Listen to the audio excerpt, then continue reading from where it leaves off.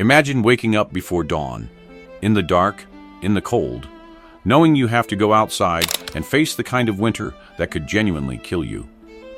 No heating, no warm clothes waiting on a radiator, no trip to the shop for whatever you fancy. Just you, your family, and whatever you managed to scrape together in the months before the frost set in. That was the reality for the vast majority of people living through a medieval winter. And when I say vast majority, I mean something in the region of 85% of the population. Almost everyone was poor. Almost everyone was a peasant. And almost everyone faced the same brutal, grinding question every single year when the temperatures dropped: will we make it through to spring? The medieval winter was marked by feast days the whole community understood. It started around Martinmas, the feast of St. Martin of Tours, on the 11th of November, and it did not release its grip until Candlemas on the 2nd of February. Nearly 3 months of cold, darkness, damp, and scarcity. 3 months where the fields gave nothing, the days were impossibly short, and death was closer than at any other time of the year. And before anyone assumes the medieval poor had accepted this with cheerful resignation, the written record tells a very different story. The Harley manuscript, one of the most significant literary collections to survive from medieval England, contains a lyric that cuts right through to the emotional reality of what winter felt like. In translation it reads, "Winter wakens all my sorrow. Now these leaves grow barren. Often I sigh and sadly mourn when it enters into my thoughts." Regarding this world's joy, how it goes all to nothing. That is not a person who has made peace with the season.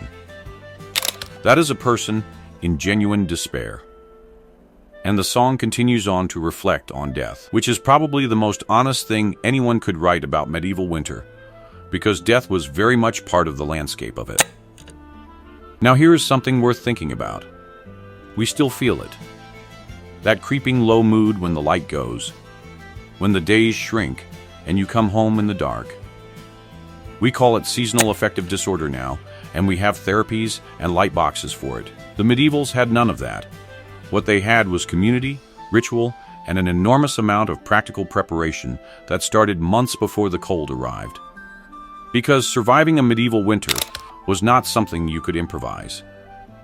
It required planning that began in late summer, continued through autumn, and did not stop until the frost finally broke. The first and most urgent concern was clothing. For country peasants, clothing was not purchased, it was made. Families spun their own wool and wove their own cloth, and the result was heavy, durable fabric that functioned more like armor against the cold than anything resembling comfort. Knitting, as we know, it was not yet widely practiced. Woven cloth was the standard, and while it was warm, it had a significant drawback. Once it got wet, it took an enormous amount of time and heat to dry out again. Many peasant families owned a single set of outer clothing. A single set, which meant that if it got soaked in a downpour, and this being Northern Europe, it almost certainly did, that person would either have to go without while it dried or continue wearing wet fabric against their skin. Getting thoroughly drenched in cold in a time before antibiotics or any real understanding of infection did not just mean discomfort. It meant a very real risk of respiratory illness, and respiratory illness in the Middle Ages was frequently a death sentence. Beneath the outer wool, most people wore a linen shift. This was lighter, softer, less irritating against the skin, and it could be washed more regularly. As temperatures dropped, layers were added. Woolen hats, caps for women, scarves, cloaks, and for those who could manage it, a leather cloak offered the best protection against rain. Padded mittens were worn. Feet, however, were often left to chance. Only those who could afford it had leather boots. Many simply did not. And walking through frozen mud or wet ground in inadequate footwear was another route by which the cold crept in and did its damage. The other thing keeping peasants warm beyond clothing was smoke. Open fires burned constantly indoors, and smoke permeated the fibers of everything people were wearing. This served as a natural deodorizer, which mattered because peasant families in winter typically shared their living space with their livestock. Not as a quaint rural tradition, as a survival strategy. a cow, a few sheep, a goat. These animals generated real body heat. And in a small dwelling with no other source of warmth, once the fire burned low at night, that heat was genuinely significant. Floors would be laid with sweet-smelling herbs, partly to manage the inevitable consequences of this arrangement. Straw, reeds, and rushes stuffed into gaps and laid across floors helped retain what little warmth could be generated. Blankets, as many as a family possessed, were piled on at night. Gathering fuel for the fire was not straightforward. Peasants on manorial land did not own the woodland around them. Their ability to collect fallen branches depended entirely on whether the Lord permitted it. Some lords did. Others had every fallen stick collected and sold at market. In the forest of Leicester, when deadwood accumulated to the point where the forest became difficult to navigate, it was cleared and sold, rather than distributed to the people nearby who needed it. The cold was partly a political condition, as much as a natural one. Now stay with me, because I want to tell you something that will change how you think about these people. The skill that kept medieval peasants alive through winter was food preservation, and the preparation began in autumn with a ferocity that is hard to overstate. Animals that could not be economically fed through the winter were assessed carefully. The weak, the old, those that would consume fodder without producing enough in return, were slaughtered or sold at Martinmas. A dead animal gave you meat once. A living cow or goat gave you milk across the winter months, which could be made into cheese and butter. Sheep and goats also continued to provide wool.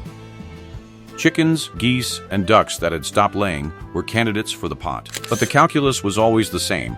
The eggs they produced while alive were worth far more than the single meal their carcass would provide. So you kept them alive as long as they were productive. Meat from slaughtered animals was preserved through a two-stage process. First, it was steeped in heavily salted water for several days. Then it was strung up in a smoky place, often directly above the fire, where heat and smoke worked together to drive out moisture and prevent decay.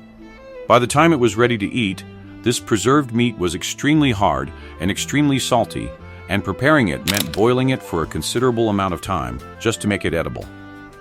But then, it became the backbone of pottage. Pottage, if there is one word that defines peasant food in winter, it is pottage. A large pot suspended over the fire, containing whatever was available: preserved meat, dried peas, lentils, beans, onions, leeks, herbs, whatever roots had been stored from the harvest. The pot was often never fully emptied.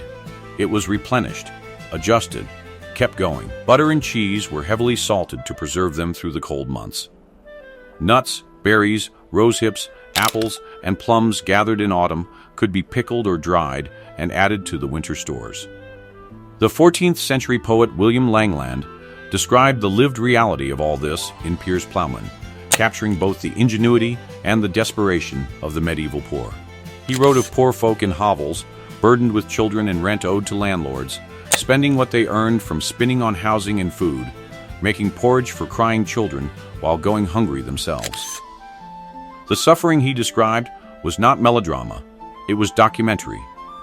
If this is the kind of history you actually want, history that looks at how ordinary people survived extraordinary circumstances with almost nothing, then the subscribe button is the only way to make sure you are here for the next time we do this. It is not about the number. It is about keeping this kind of content in front of people who actually care about it.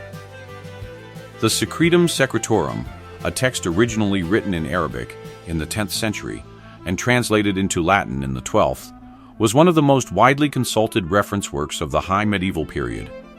When it described winter, it noted that cold was predominant, the winds were piercing, all the leaves had fallen, and all green things had died and grown hard as stones. The air was dark, the period was gloomy. In humans, it identified phlegm as the dominant humor during winter and recommended eating hot, fatty food to counteract it. Bloodletting was to be avoided. And the text added that excessive sexual activity should also be curtailed. There was a silver lining offered, though. Overindulgence in food during cold weather was considered less harmful than at other times of year, because body heat was drawn inward during winter, and digestion was therefore improved, which is perhaps the most medieval possible justification for eating an enormous Christmas dinner. Right in the deepest stretch of winter, when daylight was at its shortest and the food stores had been depleting for weeks, Christmas arrived. And in the medieval context, it served a purpose that went far beyond simple celebration. The church placed real emphasis on the idea of sharing across class lines, of the wealthy providing for those with less. The English poet and farmer Thomas Tusser captured the expectation when he wrote, "What season better of the whole year, thy needy poor neighbor to comfort and cheer." On manorial estates, it was common practice for lords to provide a Christmas feast for their tenants. Records from a manor house on land connected to Glastonbury Abbey describe one such arrangement in some detail. Each peasant was permitted to bring himself and his wife, and between them they would receive 2 loaves of bread, 2 dishes of meat, and sufficient ale, served clearly and honorably. That reads generously enough until you reach the small print. The peasant was required to bring his own dish, his own cup, and a tablecloth, and he was expected to arrive with a bundle of firewood with which to cook his food. Fail to bring the firewood, and the record states bluntly, he shall have his victual uncooked. So much for goodwill toward all men. But even with that caveat, Christmas functioned as something genuinely necessary. A break in the monotony, warmth, food, community, and a reason to believe that the darkness would not last forever. The feast was placed exactly where it was needed most, at the point where the psychological and physical weight of winter was at its most crushing. The church understood that, and so did the lords, because a peasant who had given up on surviving winter was no use to anyone come the spring plowing season. The indoor work of winter served a similar purpose, keeping hands and minds occupied during months when the fields could give nothing. Women spun, wove, sewed, and mended. Men carved utensils, repaired leather goods, made baskets. The fire burned constantly, providing both warmth and the only source of light once the sun had gone down, which in deep winter was agonizingly early. The rhythm of these tasks, day after day across those 3 months, from Martinmas to Candlemas, was the rhythm of survival itself. The truth of medieval winter survival is that it was a collective achievement. No single family could have managed it alone.